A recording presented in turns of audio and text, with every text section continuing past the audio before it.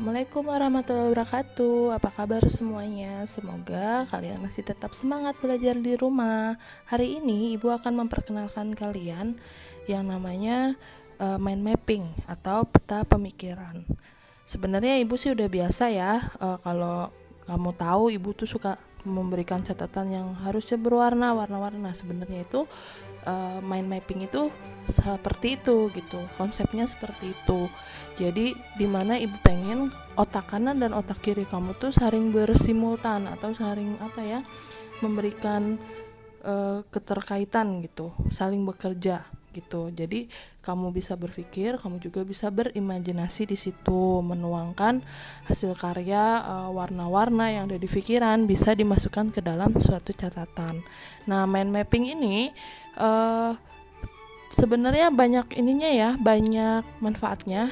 Di samping untuk memudahkan kamu untuk mengingat catatan yang ada, kemudian meningkatkan kreativitas juga yang membuat imajinasi kamu tuh kemana-mana gitu. Jadi mempunyai daya pikir yang lebih luas gitu tentang suatu materi, dan pasti tidak akan membosankan kalau kamu baca dan kamu tuangkan ke dalam bentuk tulisan.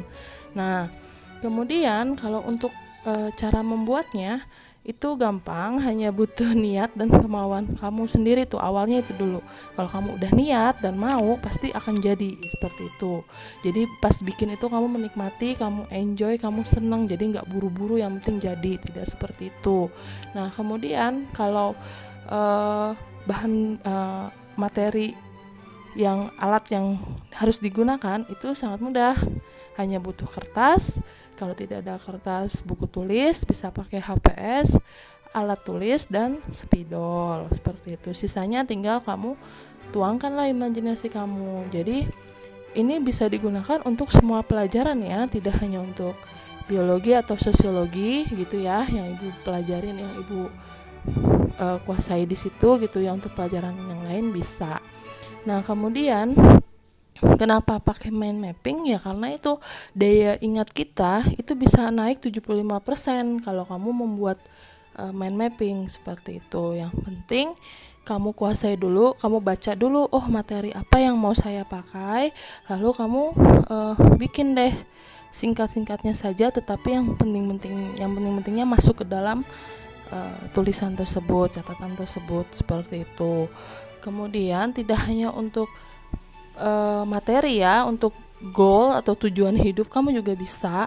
Misalkan di 2021 ini kamu pengen apa yang kamu lakukan, nah kamu bisa bikin mind mapping di situ. Atau yang kelas 12 nih kan mau ke universitas, nah kamu tuh pasti harus berpikir jauh dong, hobimu tuh apa, kesukaan kamu itu apa. Coba kamu bikin peta konsepnya, diawali dari apa, misalkan dari berdoa dulu, belajar, lalu saya tuh senangnya ini, oh berarti saya harus jurusan seperti ini. Nah, itu kamu bisa konsepkan di situ seperti itu ya. Jadi pada intinya begitu. Nah, yang membedakan catatan yang mind mapping dengan catatan biasa yaitu kalau catatan yang biasa kan dia lebih datar ya, begitu doang. Tapi kalau mind mapping itu membuat kamu tuh lebih mudah mengingat dan lebih senang dong kalau kamu buka catatan kamu, menarik ya, warna-warni. Nah, seperti itu gitu ya. Jadi untuk sosiologi itu bisa, misalnya kamu bikin nih, Ibu pengen materi sosiologi, bikinin ya mind mappingnya. Kamu tinggal bikin tuh cabang-cabangnya seperti apa. Biologi juga sama, contoh misalkan mutasi, coba bikin ya mutasi terdiri dari apa, jelaskan. Nah, itu kamu bisa jelaskan dan dibuat mind mapping sesuai dengan imajinasi kamu sendiri, seperti itu gitu ya. Jadi pada intinya adalah silahkan kamu buat catatan yang semenarik mungkin dan yang sesingkat mungkin, simple tapi ada penjelasan di situ gitu. Paham ya? Oke, coba selamat mencoba di rumah dan happy ya buatnya.